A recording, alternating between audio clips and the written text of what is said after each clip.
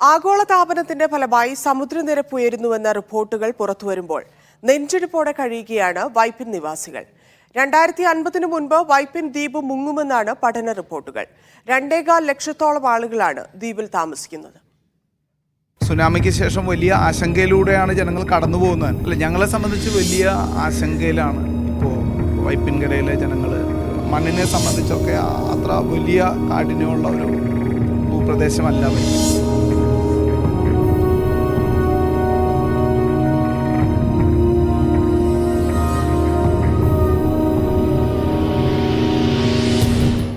ഇന്ത്യയിലെ ഏറ്റവും അധികം ജനസാന്ദ്രതയുള്ള ദ്വീപുകളിൽ ഒന്നാണ് വൈപ്പിൻ ദ്വീപ്. 1341 പ്രളയത്തിലാണ് 25 കിലോമീറ്റർ നീളവും 3 കിലോമീറ്റർ വീതിയുമുള്ള വൈപ്പിൻ ദ്വീപ് രൂപപ്പെട്ടത്. മുൻപ് വന്ന പഠനങ്ങളിൽ 2050 വൈപ്പിൻ ദ്വീപ് കടലെടുക്കുമെന്നായിരുന്നെങ്കിൽ ഇപ്പോൾ പുറത്തുവരുന്ന പഠന റിപ്പോർട്ടുകളിൽ അതിനു മുൻപേ ആ ദുരന്തം സംഭവിക്കുമെന്നാണ്. പണ്ടൊരു പ്രളയത്തിൽ ഉടലെടുത്ത ദ്വീപിന് ആഗോളതാപനത്തെ അതിജീവിക്കാനാകുമോ എന്ന ഉത്കണ്ഠയിലാണ് നിവാസികൾ.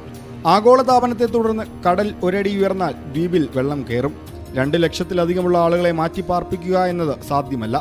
ദ്വീപിനെ കടലെടുക്കുമോ എന്ന ആശങ്കയിലാണ് വൈപ്പിൻകാർ. അല്ല, ഞങ്ങളെ സംബന്ധിച്ച് വലിയ ആശങ്കയിലാണ് ഇപ്പോൾ വൈപ്പിൻകരയിലെ ജനങ്ങൾ മുന്നോട്ട് പോയിക്കൊണ്ടിരിക്കുന്നത്. സ്വാഭാവികമായി ഒരടിയോ 1.5 അടിയോ കുഴിച്ചാൽ വെള്ളം വരുന്നൊരു പ്രദേശം കൂടിയാണ് വൈപ്പിൻ. വൈപ്പിനെ സംബന്ധിച്ച് 2 പ്രശ്നങ്ങളാണ് നമ്മൾ അഭിമുഖീകരിച്ചുകൊണ്ടിരിക്കുന്നത്. ഒന്ന്, ആഗോളതാപനത്തിൻ്റെ ഭാഗമായിട്ടുള്ള കടൽ വെള്ളം കയറിക്കൊണ്ടിരിക്കുന്ന ഒരവസ്ഥ.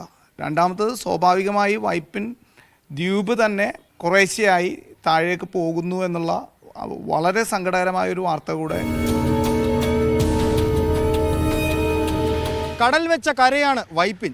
2.25 ലക്ഷം ആളുകളാണ് ഈ ദ്വീപിൽ വസിക്കുന്നത്. എന്നാൽ ദ്വീപിനെ കടലെടുത്താൽ എന്തു ചെയ്യണമെന്നറിയാത്ത ആശങ്കയിലാണ് വൈപ്പിൻ ദ്വീപ് നിവാസികൾ.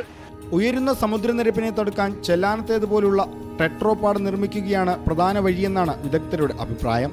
വൈപ്പിൻ പൂർണ്ണമായും ടെട്രോപാഡ് നിർമ്മിക്കാൻ 650 കോടിയിലേറെ രൂപ ആവശ്യമായി വരും. ഇതിനുള്ള വഴി സർക്കാർ കണ്ടെത്തണം.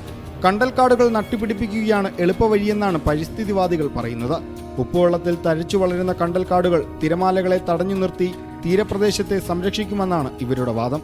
25 കോടി രൂപയോളം വരും 1 കിലോമീറ്ററിനുള്ള അതിന്റെ ചെലവ്. അപ്പൊ കേരളത്തിൽ മൊത്തം അങ്ങനെ ചെയ്യാൻ തീരുമാനിച്ചു കഴിഞ്ഞാൽ കരിങ്കല്ല് കിട്ടാതെ വരുന്നത്, കരിങ്കല്ലിന്റെ തന്നെ പ്രധാനപ്പെട്ട ഒരു സംസ്കൃത രൂപമാണ് എംസാൻഡ്. അപ്പൊ എംസാൻഡ് ഇല്ലാതെ ടെട്രാപോഡ് വെച്ചിട്ടുള്ള ഒരു നിർമ്മാണ രീതി അവലംബിക്കാൻ കഴിയില്ല. അപ്പൊ ഇത് രണ്ടും നമുക്ക് വലിയ രീതിയിൽ സാമ്പത്തിക പ്രശ്നവും പാരിസ്ഥിതിക പ്രശ്നവും ഉണ്ടാക്കുന്ന 2 നിർമ്മാണ രീതികളാണ്. അപ്പോൾ അവിടെയാണ് നമ്മൾ ഈ കടൽ ഭിത്തിക്ക് പകരം ജൈവവേലി എന്നുള്ളൊരു കൺസെപ്റ്റ്, അത് കൃത്യമായി പഠനത്തിന്റെ ഭാഗമായിട്ട് തന്നെ ചെയ്യേണ്ടതാണ്. ചിലപ്പോൾ എല്ലായിടത്തും ഈ കടൽ ഭിത്തിക്ക് പകരമായിട്ട് ജൈവവേലി നിർമ്മിക്കാൻ കഴിയും. ഗോശ്രീ പാലമാണ് വൈപ്പിൻ ദ്വീപിനെ എറണാകുളവുമായി ബന്ധിപ്പിക്കുന്നത്. ചെറായി, എടവനക്കാട്, കുഴിപ്പള്ളി, മുനമ്പം, ഞാറയ്ക്കൽ തുടങ്ങി 15 ചെറു ഗ്രാമങ്ങളാണ് വൈപ്പിനിലുള്ളത്. ഇത്രയും അധികം ആളുകളെ പുനരധിവസിപ്പിക്കുക എന്നത് ഒരിക്കലും പ്രായോഗികമല്ല. ദ്വീപ് നിവാസികളുടെ ആശങ്കകൾക്ക് പരിഹാരമുണ്ടാക്കാനാണ് സർക്കാർ സംവിധാനങ്ങൾ ഉണർന്ന് പ്രവർത്തിക്കേണ്ടത്. മുഹമ്മദ് റിസ്വാനും രതീഷ് മാടമ്പിശ്ശേരിക്കുമൊപ്പം നിതിൻ സേവ്യർ, മീഡിയ 1 കൊച്ചി.